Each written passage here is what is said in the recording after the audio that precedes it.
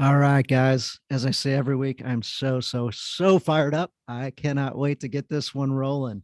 So before we begin, I'll do the quick review of the week. So this one comes in from Arizona Kid 988. So Arizona Kid, thank you for the review on Apple Podcast.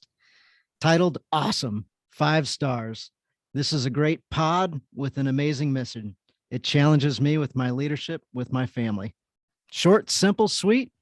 Appreciate the compliment, appreciate the written words so that hopefully somebody else sees your review and decides, hey, I'll check this podcast out. So without further ado, let's just roll right into it. We have got a guy today that I've been excited to talk about for a super long time. And as things happen, we got connected in a very unexpected way.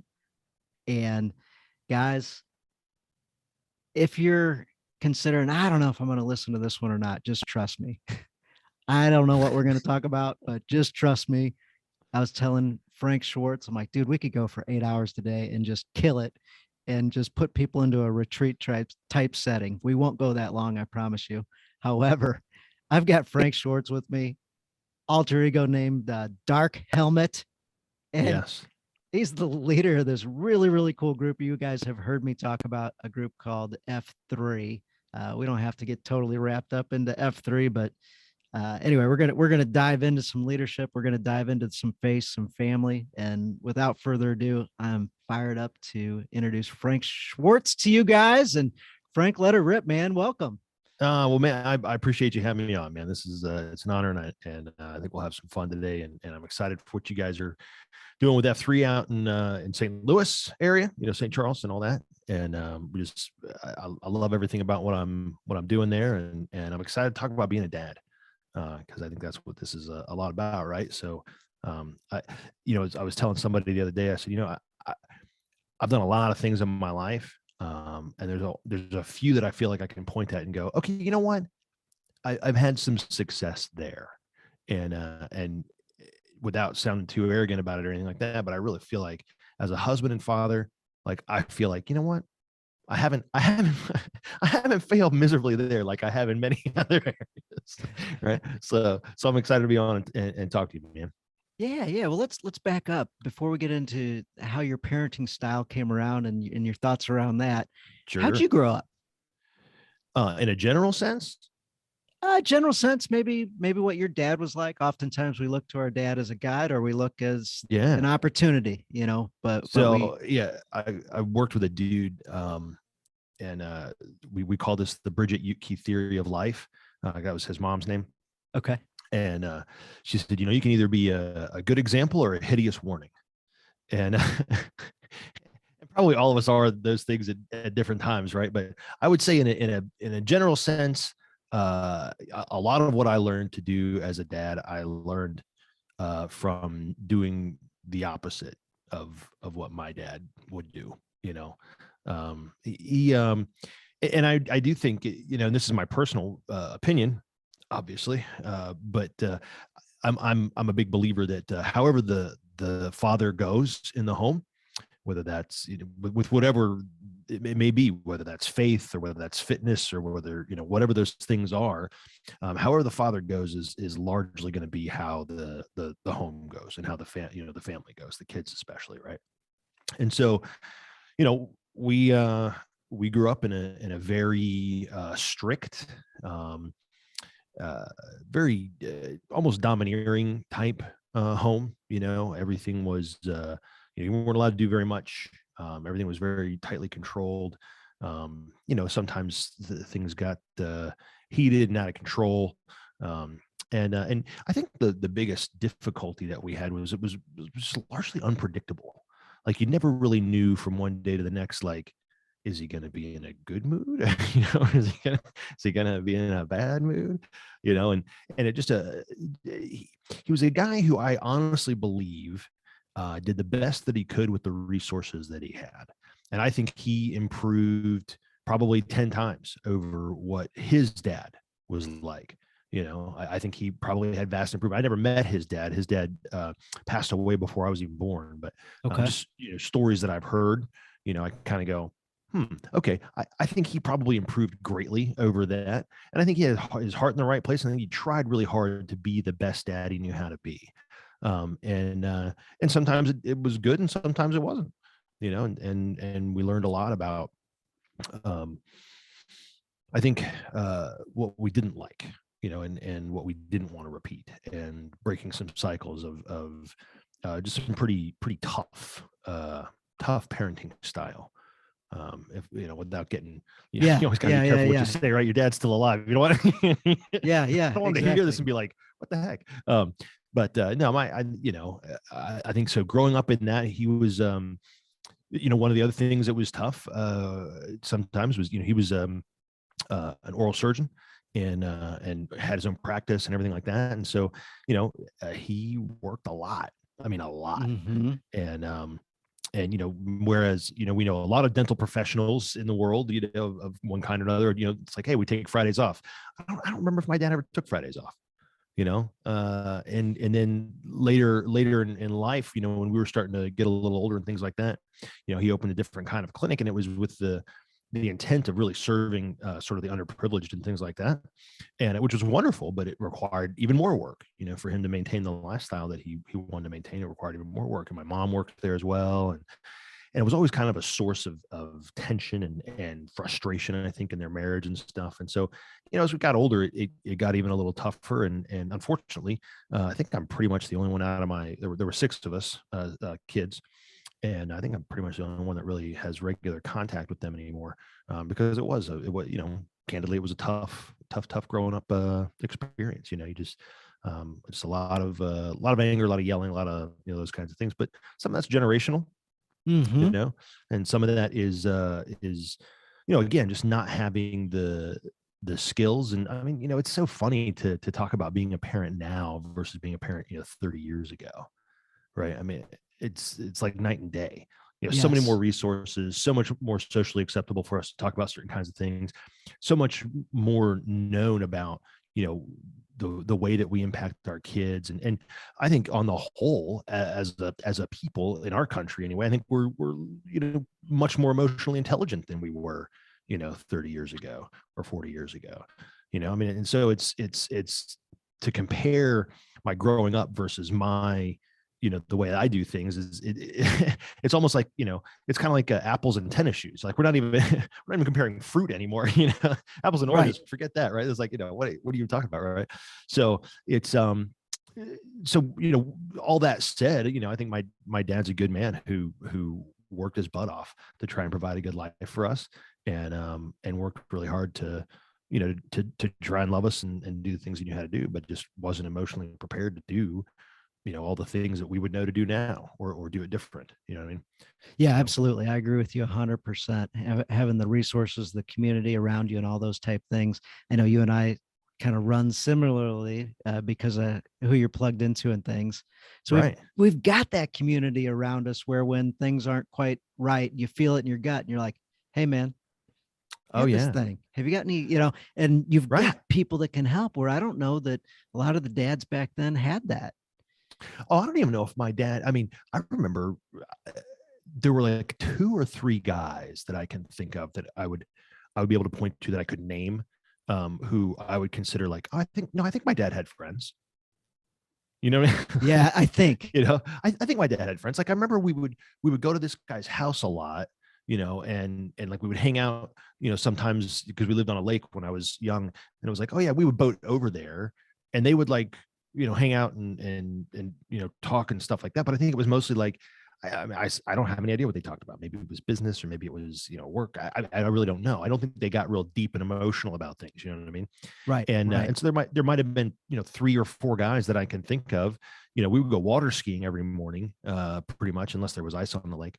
um and there were a couple guys that I knew were his friends, and I knew that we had a couple of guys that he would kind of talk to some, because I was a Boy Scout. My dad was assistant scout master and that kind of thing.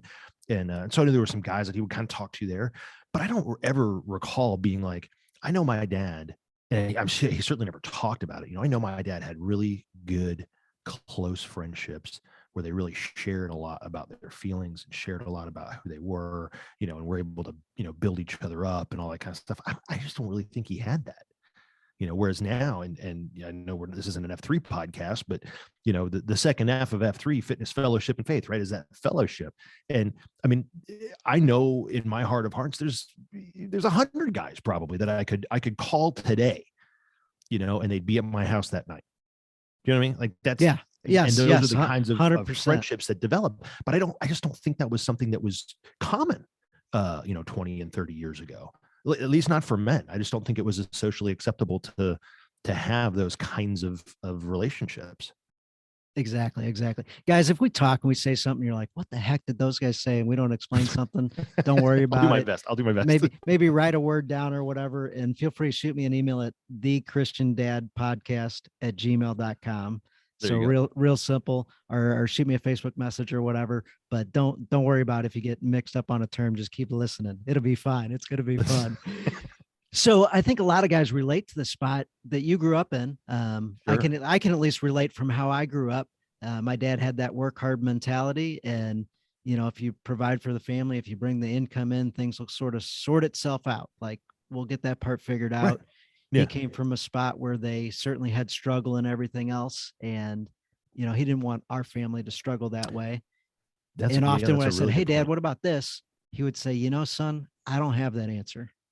I'm struggling with that. I don't know where to find that answer." But or he would come to me with something and go, "I don't know this one.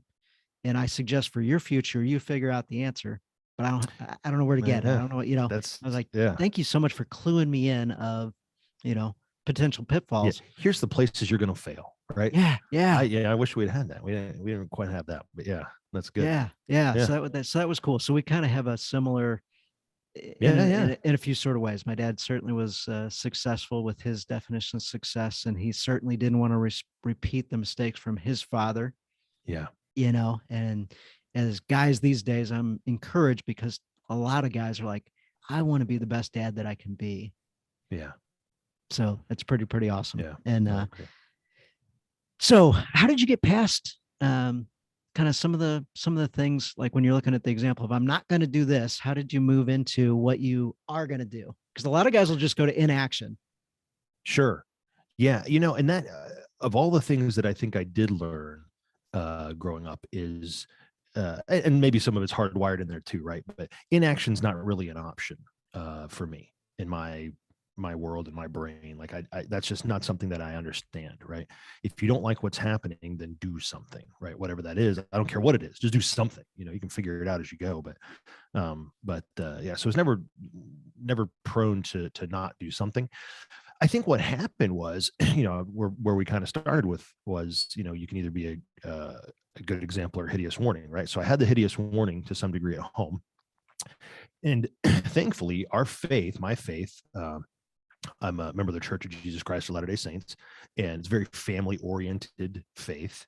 And so we would go to church, and I would see examples. So I had external examples of men who were living different. We're trying to do it differently. Who were more loving and caring and emotive and those kinds of things to their family. Or I would look at my friends, even at school and places like that too, right? I would look at my friends and go, those guys are idiots. Okay, these guys are more effective as human beings. They seem like they're doing pretty good.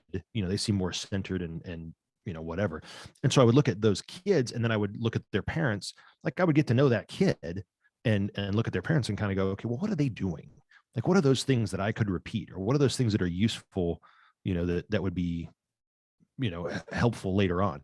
And I would just like make little mental notes, essentially. This is long before I had kids, obviously, right? And I would just think to myself, if I ever am a dad, because there was a long period of time, Dan, I'll tell you, where I was like, I don't want to get married and I don't want to have kids because I don't want to repeat any of this. Wow. What a thought to have. Right. Like, I know, like now you kind of go, oh, that's not very good, but yeah. And you can relate, you run into 25-year-old guys, 30-year-old guys that are like, absolutely, I'm not going that direction. Yeah. Everything about it seemed, I was afraid of being mean to my kids. I was just afraid. I was just terrified of the idea of, being in that situation, and then repeating that behavior, and then having my kid feel like I felt, and the way that I was just all mixed up and angry and all that kind of stuff all the time when I was a kid. Um, but yeah, so I had some external examples. I would make these mental notes, and I thought, if I'm ever a parent, maybe I'll do that, or maybe I'll do this. And then as obviously as time progresses, you start realizing this is probably a thing that's going to happen. I reckon I'll marry a girl somewhere in here, and at some point we'll probably have kids. And then it was, I'd make these mental notes and whatever. But I think it really took well, there were two things that happened. I'll say that. And usually, Dan, when I say there's two things, it's probably 10 things, but I'll start with two. And if it expands out, I apologize. But a couple things that happened that really made the biggest difference and the biggest shift. Right. And the first one really was, and I love that this is a Christian dad podcast because we can talk about it openly. But the first thing was me kind of gaining a real understanding and I don't know the right word is, testimony, if you will, or conviction, if you will, of Jesus Christ. That was probably the biggest thing that changed, flipped the script from, I don't want to do this. I want anything to, I have no interest or involvement in any of that. But this coming to Christ and this coming to an understanding of my personal faith and my, that there was a plan for me. That this is not just all this the big, giant accident and just nothing means anything and whatever, right? So coming to that realization and having that experience that I did in coming to faith, I think really was one of the biggest shifts, because then suddenly everything started to make sense, and there was greater purpose to it all, and I could understand how, by becoming a husband and by becoming a father, I am going to learn what it is that I'm supposed to become so that I can be the person and the man that God wants me to be, and that I was designed to be essentially the reason that I was put here, in the big eternal purpose kind of stuff, not necessarily my individual purpose, but, in that big umbrella of what, why are we on earth? Right. I started to see my place in that. And by doing that, then all those little mental notes that I started making, they had more context and they had a place where I could put and go, oh, okay, that's why those guys did those things that way. You know what I mean? And so it kind of just put it all together into a way that made sense to me that then I could kind of act on, but really, my mother-in-law has a great thing that hangs in her. Now they come from a family of 8 kids. My wife does. And, pass, Yeah. I say all the time, Dan, you know why I don't have 4 kids? Because I had 3 kids, and that no thanks, but she comes from a family of 8 kids, and I remember when I was first, courting my wife and that sort of thing, there's the cross stitch or something hanging in the kitchen, on the kitchen wall. I said something along the lines of, before I had kids, I had 8 different theories about how to raise them. Now that I have 8 kids, I have no theories. It's all out the window. It's something to that effect, right? And that's really, that's kind of where I feel like too, is that, I had all these great ideas and all these things we thought, but bro, as soon as we had one kid, like then you're like, oh dear. You remember that feeling? Oh yeah. And we were like, what am I supposed to do now? You mean we leave now? Right? And then what? Yeah. Wait. No one's going to take this thing away in the middle of the night and feed it? Like, we got a problem here. Yeah, I'm not sure I know what I'm signed up for. And fortunately, our oldest is a freaking angel. But if she wasn't so good, we wouldn't have had the second one. I mean, I'll tell you that, right? But yeah, once you're holding the child, that makes a big difference. But I think also it has a lot to do with the understanding again of this understanding of where I fit with relation to God. And what his expectation is of me, right? And so as a parent, my belief is, the way that I've always viewed it is, I'm a child of God, but this little person is also a child of God, which means we're a little more on equal footing in kind of a giant eternal sense, right? Than maybe I had previously thought, right? I'm the dad, because that's the way it was always presented to us, is I'm the dad, you'll do what I say. Right. I have ultimate control. This is the way this goes. And so in looking at that, the way that my wife and I, we talked a lot about how we were going to try and do this whole thing, early on and whatever, right? And we sort of look at it as, hey, we're just stewards Yes. for this 20-year period or whatever it is, until this human being is old enough and capable enough, and it's time for them to leave, father and mother and cleave unto their spouse, right? We're just here to kind of steward the whole deal. And that, honestly, that sort of mentality, that way of looking at it has made a tremendous amount of difference in how we parent, and the theory that we, the way that we approach it and all that kind of stuff. I mean, it's a huge difference, because rather than saying, well, I have to do something to make this kid okay, Mm-hmm. we've been very hands off. We just kind of say, hey, look, I'll provide as much guidance and teach you as many things as I can about how you are supposed to make your own decisions. Because ultimately, at the end of the day, I'm not involved. You're going to live a lot more years outside of this house than you are in them, Yes. and you're going to have a lot more influences from out there than you are from in here. And so we're going to spend those first 8 years really trying to get this, dialed in, right? This is how you expect things. This is what making sure that you feel just as safe and as loved and as cared for as humanly possible. Then, that 8 to 16 time frame, okay, now we're going to teach you how to learn things, how to make decisions, how to, and then from that 16 to 18, man, it's kind of you're going to have to start just doing stuff, and you're going to fail a bunch, and we'll keep picking it up, and we'll figure it out together, whatever. But, we kind of look at it like that, is we have this, this stewardship journey that we're kind of taking with the kids. And so, we're going to screw it up, and we're going to, we tell the oldest one all the time, hey, look, I'm sorry. You're the experimental child. Yes. Yes. We have no idea what we're doing. So I always like to ask guys takeaways and different things. So here's a couple takeaways. Yeah. Success leaves clues. Sure. So if you look back at your parents and go, not a lot to work with there, or a lot of bad examples there. Success leaves clues. And one thing you did was you looked to other people that had what you saw as success and said, Sure. I'm gonna start taking notes. I'm gonna start collecting these. I'm gonna go a direction. In college, I learned the term R&D, rip off and Right. duplicate. So there's research. That's and pretty design, good. But there's also rip off. No, rip off and duplicate. I like that. Yeah. So you're looking for something, and you got an area where you're not quite clicking. Reach out to somebody, or reach out to us. Throw something in the Facebook community and say, hey man, I could use some help in this area. And then take other people's ideas and literally just rip off and duplicate. If they've already got the success thing going, somebody else has already built the wheel. Do it the same way they did it. Try it out. Yeah. See how it works. We talk a lot in this men's organization that you and I were talking about before, F3, but we kind of say, hey, look, like if you were starting a new city, you're not going to lay telegraph wire, right, and then wait till they figure that out, and then we'll put phones in. Nah, bro, like you just go lay the fiber, like just lay it. Like there's no, so there's no sense in trying to reinvent or recreate or whatever things that are old and doesn't matter, right? So we just really look and go, hey, to your point, I mean, I love that you said that. Ask a question in the Facebook group.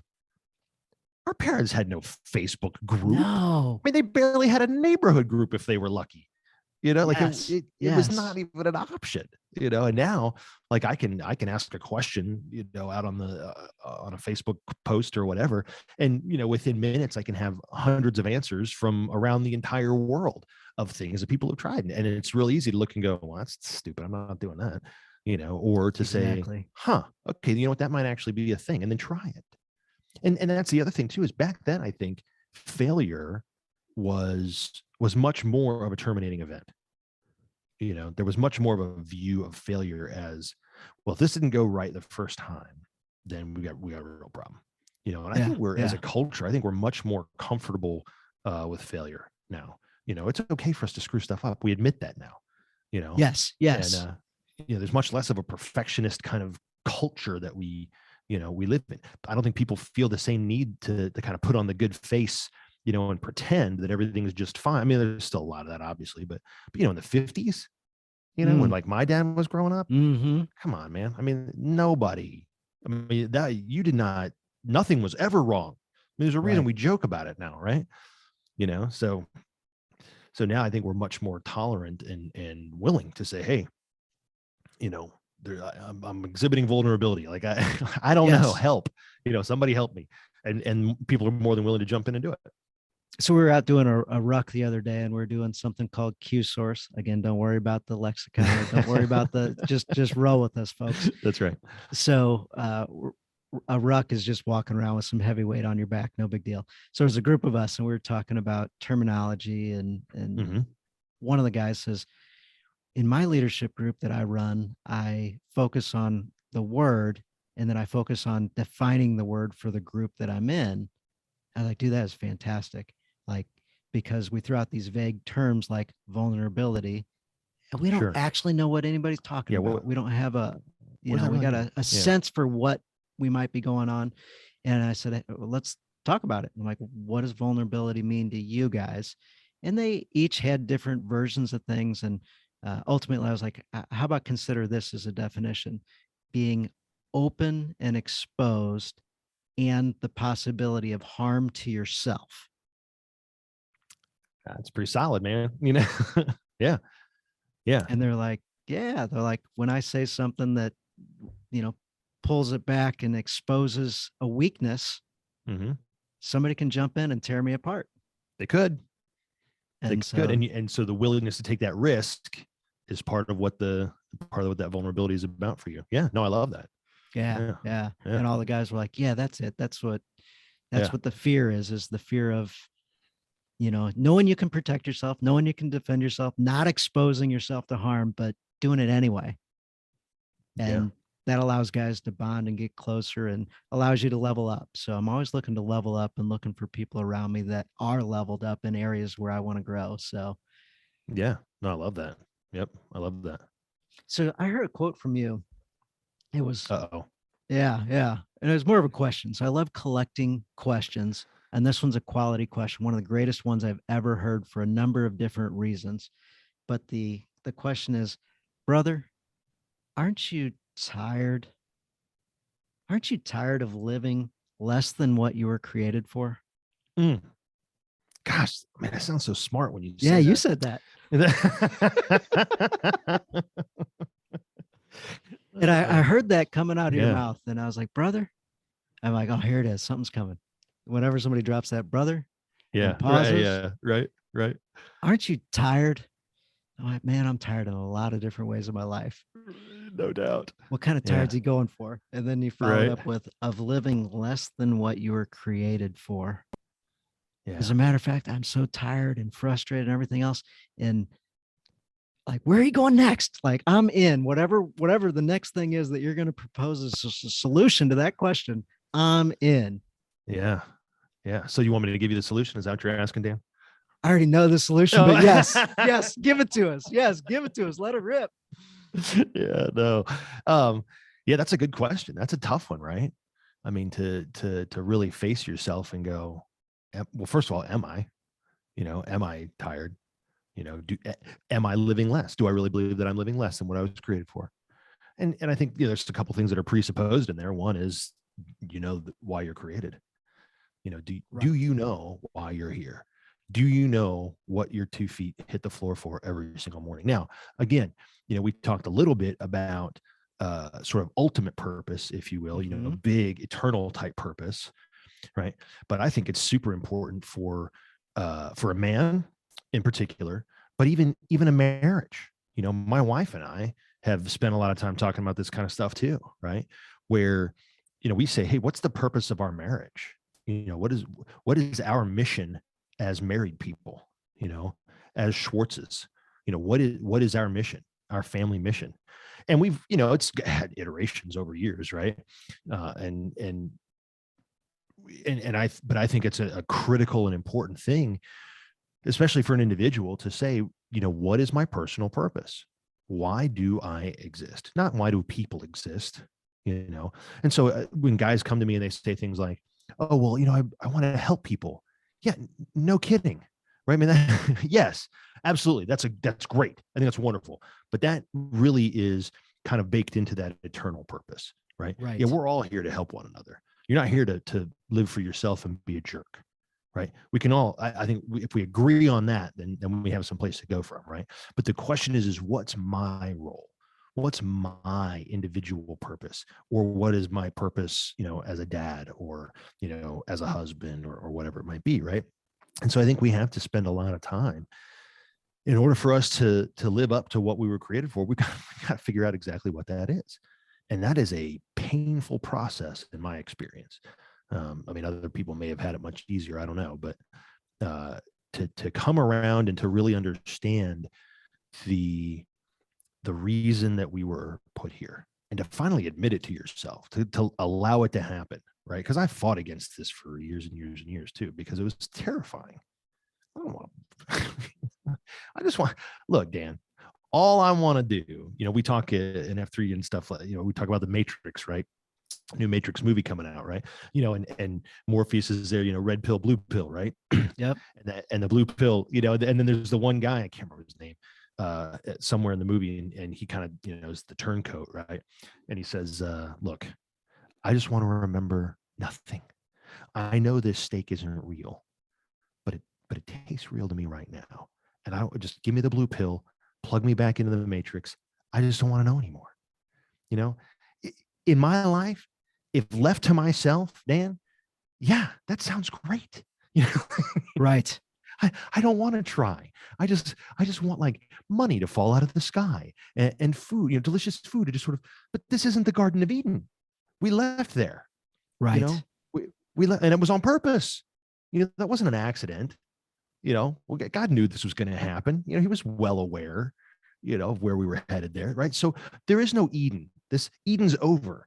The way that I read it in the scriptures now, and I'm a KJV guy, so forgive me for if it's archaic language, but by the sweat of your face, you're going to eat your bread. I mean, that's the way that goes now. So we don't have the luxury of the Matrix. We took the red pill. Yes. We're already in. Now, every guys that are fighting back to try and get back to blue pill status, which there are lots. Yes. Those guys are the ones that I'm asking that question for. Hey, whoa. I know you think this is going to help, but look how your life is going, brother. Like, you play video games all day, you drink beer, all these, and you just descend into nothingness. You're completely ineffective in your family. You're not doing anything that is providing them or anyone around you any value. You're just barely existing, and really only existing at a level that's high enough to collect enough of a paycheck to pay for all the crap that you have around you. Yes. Yes. You can do it if you want. I'm not here to judge you. Like, I'm not mad at you if that's your deal, but I will tell you it's better on this side. 100% better. I tell guys all the time, you're more than a paycheck. Yeah, dude. More than a paycheck, man. And so, if that's your belief that you're here to, collect money every 2 weeks or however often, and then just die slowly on a couch somewhere while your family exists around you, your poor wife is in there, hustling her face off, trying to raise children while you're just sort of like, but I bring home money. That's good enough. Why not tell you, man, that might've been fine 50 years ago. I don't know. Yeah. That might've been fine. It ain't fine anymore.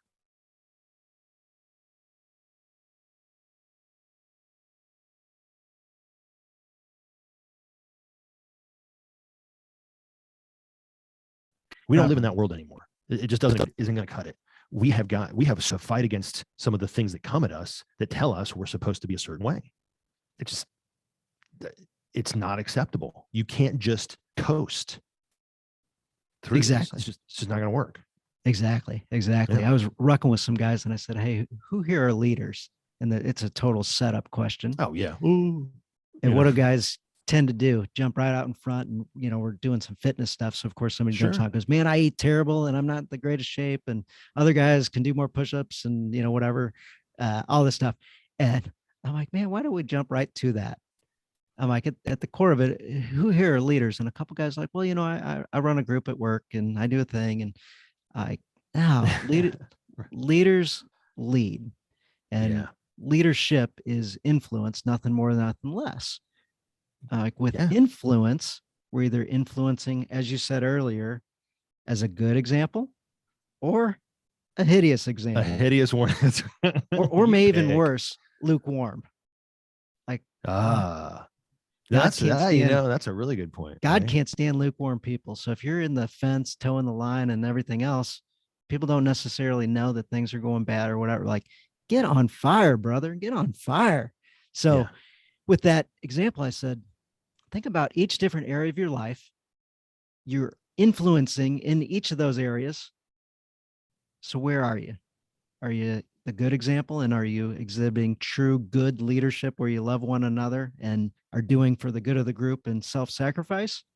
Or are you kind of lukewarm and just allowing things to happen as they happen, which typically you don't get the greatest result when that is. Yeah. And No, the I'm guys with I you. was with, I was assuming that we didn't have any hideous people around us. Reasonable-ish expectation. Yeah, yeah. Yeah. In an F3 group, those guys Yeah. don't usually show up, and if Typically they not. do, they've already moved themselves at least up to That's considering right. that Yeah. there could be They're something more. working on it at least. Yeah. Yeah. Yes, Yeah. That's a good yeah, point. Yeah. Yeah. yeah. Yeah. So Absolutely. leadership focused group. So fitness obviously is a big thing and part of it. You don't have to be super fit. Guys, if you check out f3nation.com and realize that there's not one in your city, start one. Yeah. Raise your hand, man. We'll help. Raise your hand. We'll, Yeah. we'll We'll be help. glad to get you help. It's real easy to get guys around you to rally around this idea. There's books, there's all kinds of stuff out there. It's fantastic, but it's easy to get involved with an F3 group wherever you are in the nation, in the country.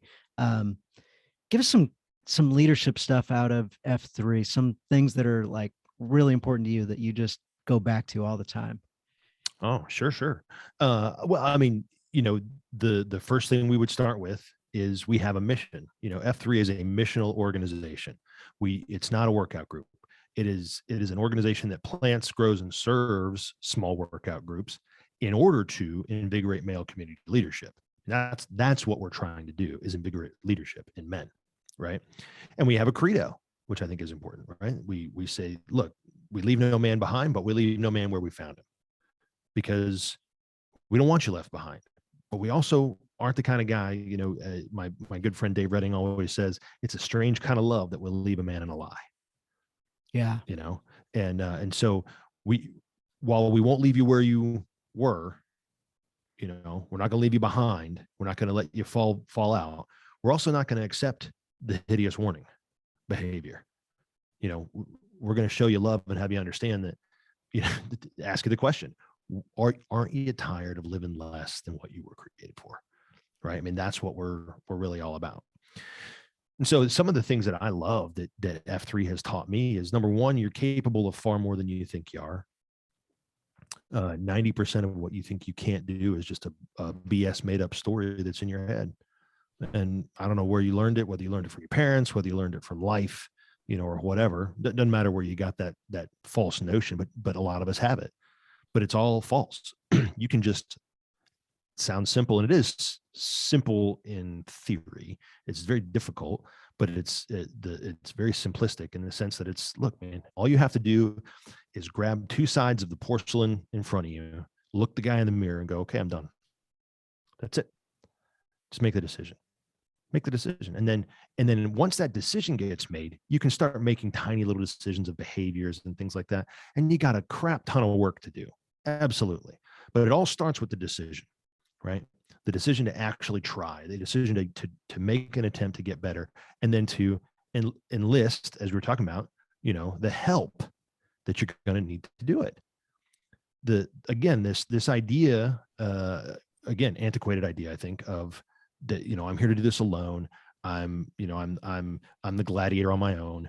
I don't know if you've ever watched these movies. These gladiators don't fight by themselves. No, they shield lock. Right. Yeah. That's not how it works. Right. So to have, to bring in men around you, whatever those things are, whatever resources you have to have. See, that's the thing, is I think we still suffer under the notion sometimes that it's all, that I'm responsible for it all as the man or as the dad or whatever. Like, bro, I'm not responsible. Like, I may be ultimately accountable for the success of my life. True. But I'm not responsible for figuring it all out as I go. I don't have any idea how to do a lot of things. I mean, we live in a world now where there's so much information. The big challenge you have is not having the information that would teach you the thing, or having the resources, or having the people around you. The challenge is sifting through and figuring out which information worthwhile and not. But then the other thing is just having the stones, having the guts to just go ahead and ask, to go ahead and seek the answer, rather than letting your ego get in the way and say, well, I got to handle this on my own. I'm the man. I got to do this stuff on my own. You know, I'm an island. It's ridiculous. It's absolutely ridiculous. It's the most horrifying lie I think that men have been told for a long, long time. Because again, I'm telling you, it's better over here. It's way better over here. You know, with help, with assistance, with men that, I mean, I have we call it a shield lock. It's a group of, Yep. roughly 3 or 4 guys that you kind of meet with on a regular basis. I meet with my guys every Friday morning, and, they know when there's certain things that are happening in my life where I'm getting twisted up about this or that or the other thing, or if they'll either see it in my face when I meet with them, right? And they'll know something's wrong. Or if I'm feeling it, I know I just instantly call them. That's just what happens. I just pick up the phone and go, hey, I'm all in my baby feelings about something. I'm getting ready to run in the corner and suck my thumb, and I need you to talk me off the ledge. I mean, it's as simple as that, right? If you want to be a more effective father, if you want to be a more effective Christian, if you want to be a more effective human being, that's what you need. You've got to have someone, you've got to have it. You've got to have a group of support of some kind or other. Hopefully it's not digital. Hopefully it's not virtual. Hopefully it's a real in-person kind of a thing. Right. But if all you've got is digital and virtual, then by golly, get that. Don't don't think that the resources aren't there, because that's just a lie. Yeah. It just is. So funny story for you. I go down to Florida family vacation, and I think to myself, gosh dang, I got to go find an F3 workout group because I can't not do this. Yeah. And sure enough, where I go south of Clearwater, there's 3 different groups. I'll meet with about 45 minutes away for each one of them. Ugh. And I'm like, oh man, if I'm going to do this, I'm going to have to get up at like 3:30, 4 o'clock in the morning so that I can get ready, get in the car, drive that far. So of course I do it. And yeah, because you're a man. Yeah. And I've been connecting with a couple groups digitally down there or whatever, and I lose my wedding ring on the beach. Like the craziest story. And I'm like, oh my gosh, what am I going to do? And I wake up the next morning, I was angry and mad and had this thing for 19 years and 20 years and it's gone. Right. Married 19 years, folks. I didn't forget how long, but like the wedding ring I've actually had longer than the marriage. But anyway, side note. And it's gone. I'm like, where the heck is it? I don't know. And my wife or my kids in the morning go, hey, why don't you get a metal detector? Okay, cool. That's a great idea. Where would I get one? On a Saturday morning? I'll call rental shops. I'll call all the hardware stores. There's not a single metal detector to be found on a Saturday morning. So I throw in the F3 Facebook group. Hey, man, down here, I'm downrange. What are the chances? And sure enough, a guy messages me almost instantly, says, I can't help you at all. I don't have a metal detector. I don't know a thing about it. However, I do know a guy, and I sent him a message. He happens to be an F3 guy. His name is Anthony Young. I think he'd like to help you. However, I haven't talked to him yet, but I sent him a message. So you might get a message. Sure enough, within 15 minutes, I get a message from Anthony Young. And he says, I'm really sorry. I can't come right now. We had a really hard beatdown workout this morning. I need to recover a little bit. Would it be okay if I got there about 11:30? And you're like, yeah. That would be a miracle. Right? That would be a miracle. So I'm like, where are you coming from? And he's coming from 45 minutes away or so. Sure enough, he shows up at the time he says he's going to show up. He brings his 2 daughters. He brings his wife. He brings 2 metal detectors, and he brings all this other equipment. We get it all set up, and I tell him that I went for a morning run. And so he's thinking it's somewhere in a 4-mile stretch of the beach. Right. I don't realize that's what he's thinking. And I'm like, no, I think it's in this like 10 by 10 square, because this is the last place I saw it. And sure enough, we swiped the metal detector like 3 times, and I'm like, it keeps beeping. No way. Like, oh, there's so many false positives in the salt water and the blah, blah. I'm like, could we just check though? Sure enough. No way. It was right there, needle in a haystack. And I'm like, this is unbelievable. This workout group, and some random guy is willing to drive 45 minutes out of his way to come help me at the drop of a hat. And he's going to apologize because he can't be there. Right. 45 minutes. Yeah. Right. What are you, nuts? But that's hanging out all day and going to the beach. And he's like, this was the greatest gift to my family. One, we love hunting for stuff with metal detectors, and we've never found anything of significant value. So this was awesome. And secondly, we ended up getting to go to the beach that we haven't been to in quite some time. And we got to have the most awesome family day because of your misfortune. And I'm I like in mean, tears. I'm like, dude, you don't know what this meant to me. Like, I didn't yeah. want to go buy another ring. Like, I wanted No, you that wanted ring your back. ring. Yeah. Yeah. Yeah. So it was Yeah. so cool. But anyway, like, that's what F3 like just killed it. Well, that's one of the beauties of I think of what you're doing with Christian Dad and all this kind of stuff with the podcast. Like the creation of community is super important, I think, to the success of people. Right. I mean, we were meant to be communal creatures. We were meant to be around one another. And so by doing these things, this is the beauty, right? We can share these ideas, we can share these thoughts, we can share these feelings, we can talk about what does it mean to be a good dad. you know I mean, here I am, I'm in Charlotte, North Carolina, you're in St. Louis area, right? Right. And we're going to talk about this, and I mean, again, the possibilities are ridiculous with what we have, with all the tools and the resources and stuff. We have never been richer, in an abundance of resources and everything else, than now. Like it's comical almost, right? And so here we are, and so I can sit here and say, hey, what really worked for us, Dan, was and it's funny because my kids don't even know what to say when their friends say, oh, I'm grounded. They're like, we've never been grounded. That's not because I'm a lenient parent, because I'm not. I have very high expectations of my kids, but that's the beauty. The expectation does the work for me.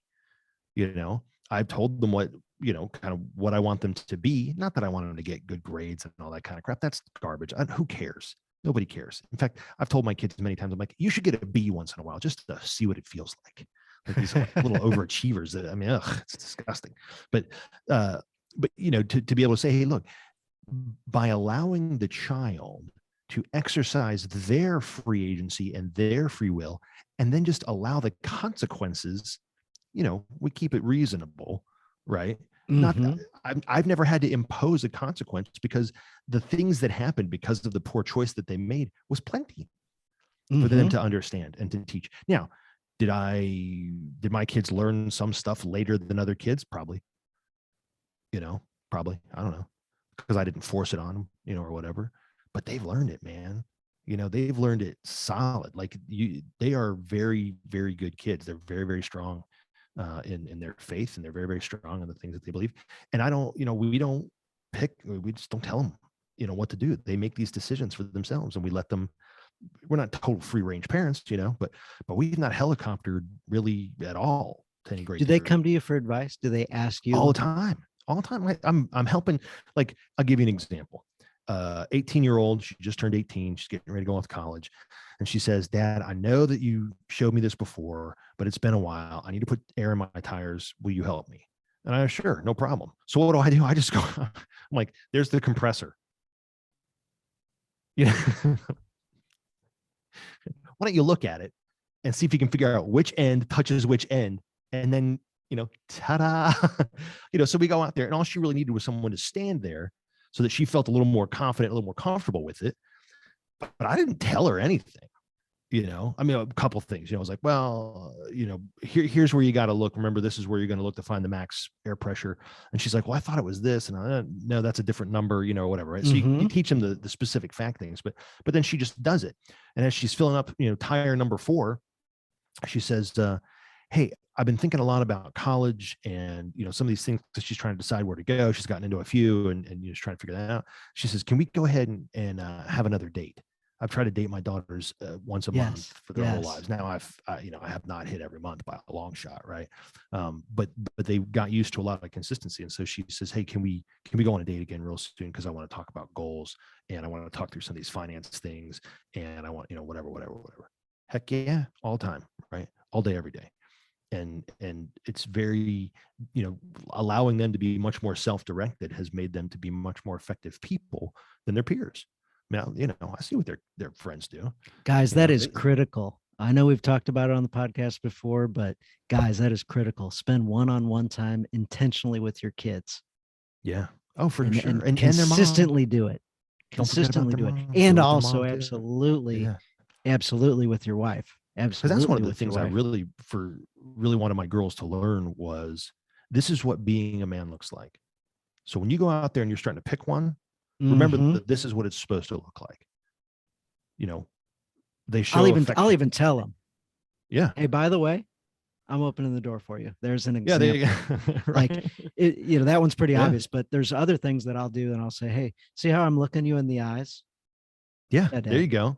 Yeah. It doesn't, and Small things. right. It doesn't take much. And I'll leave you with this because I know we're kind of on our time, but what we're really talking about in a lot of these things, at least in my mind, Dan, is the guy who won the Masters tournament golf, right? This past year, I don't know who it was, right? He probably shot, let's say 5 under, right? Right. Something like that. Something like that. Yeah, whatever it is, right?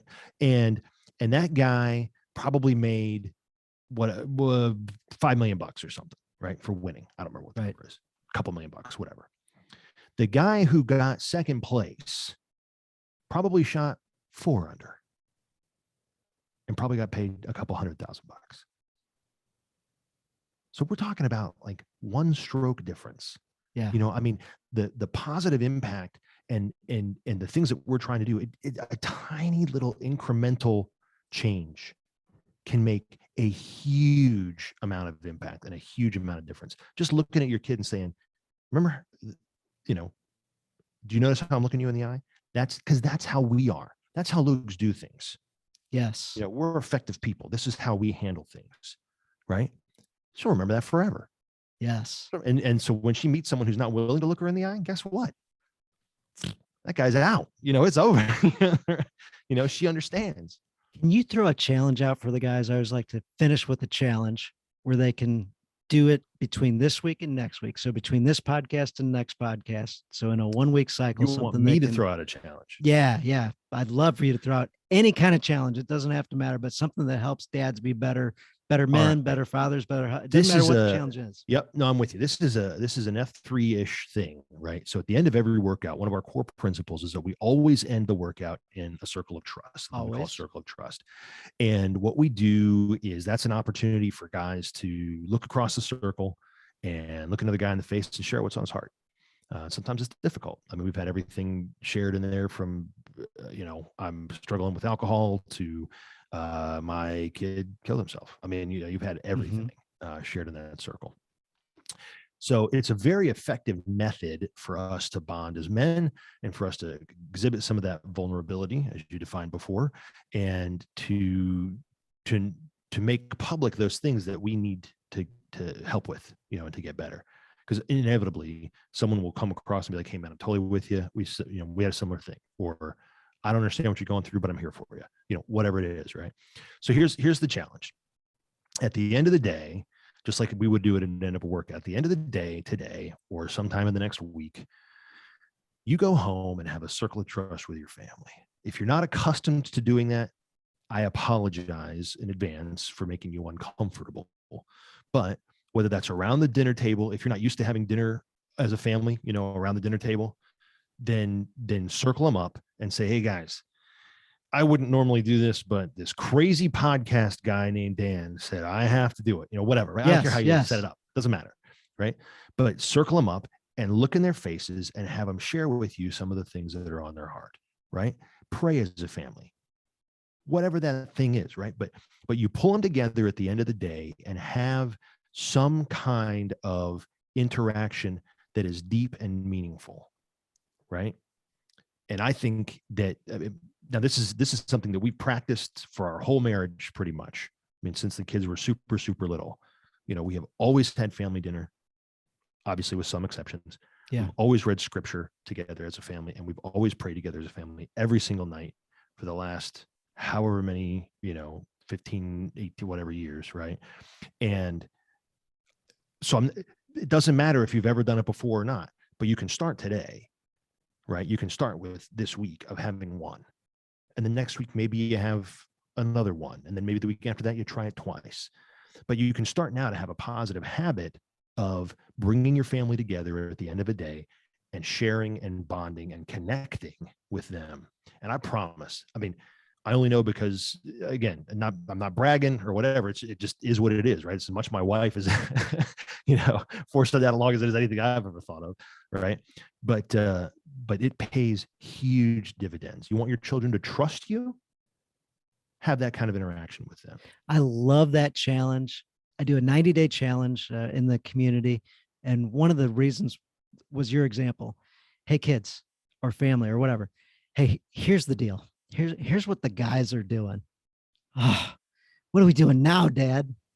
It's squat challenge day, guys.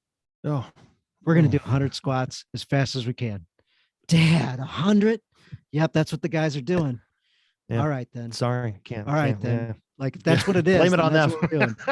And the consistency of that, they're just ready for whatever challenge Yeah. is. So in these 90-day Yeah. challenge, I set up a small little thing to do every single day for the guys to do. Sometimes it involves kids or doesn't. So I'm going to include Circle of Trust in one of these days. I'm going to swap one of the days out for the future so that guys have the excuse of, hey, listen, in the group I'm in, the guys did the thing, or the podcast guys said the thing. So here, Right.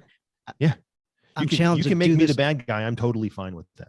Yes. Yeah, I won't be offended. Yeah. So I love it. And I love it so much. It's going to go inside of the planned activities that we got going forward. So that is awesome. And guys love challenges. Guys absolutely love challenges. And that's one of the reasons why we love F3. Amen.